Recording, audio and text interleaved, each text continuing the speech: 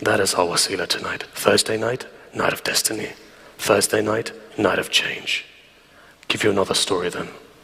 As we're on dua, ulama have said, and you find within our scriptures, that there are certain awqat, certain times of dua. If you want your dua to become mustajab, there are certain times, ask Allah. You know what one of those times is? 10 minutes before Fajr sets in. They say Allama Majlisi's father, Allama Majlisi, that person who wrote 110 volumes of Bihar al-Anwar, in that period of time where it was very difficult to write 500,000 traditions. You know what somebody said? They said, look at your son and how great he is. His father replied, he said, my son is great because of my dua. He says, what dua? He says, 10 minutes before Fajr, I was sitting there thinking to myself what dua I should do. I looked towards the cradle, my son was there, and at that moment I said to Allah, make my son a great alim. Allah made him a great alim.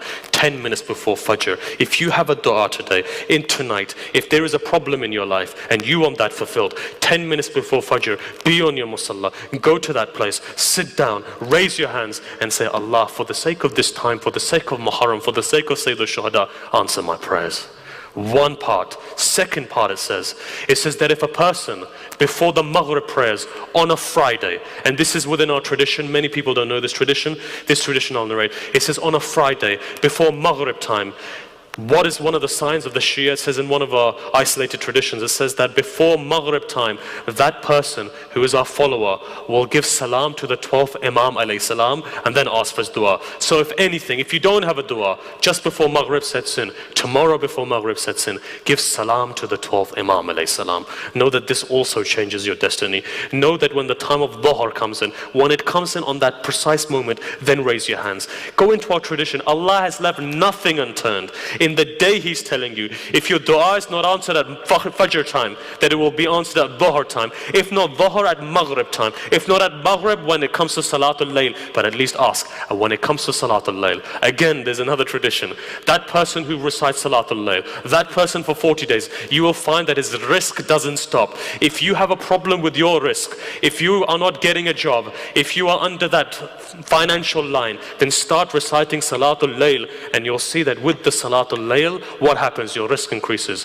All of the Imams have said at some stage or another, Amir al-Mu'mineen is leaving. When Sayyid al-Shuhada was leaving this world, he looks towards Sayyidah Zainab. What does he say? Alaykum bis Salatul Layl. Remember this prayer. Remember me in this prayer. Salatul Layl. We have all of these jewels of the Ahlul Bayt, but what do? We leave them on our libraries, and dirt is coming onto those libraries. Open them. See, sometimes they say when you give something for free, people don't understand it. Understand it. Open it up and say, Ahlul Bayt have given you all of these things. It becomes our responsibility to utilize these things. Once we've utilized it, only then can we go to the outside world and express to them all of these things. You see, one of the main things is to create that internal revolution inside of yourself. I asked a mujtahid once, I said to him, look,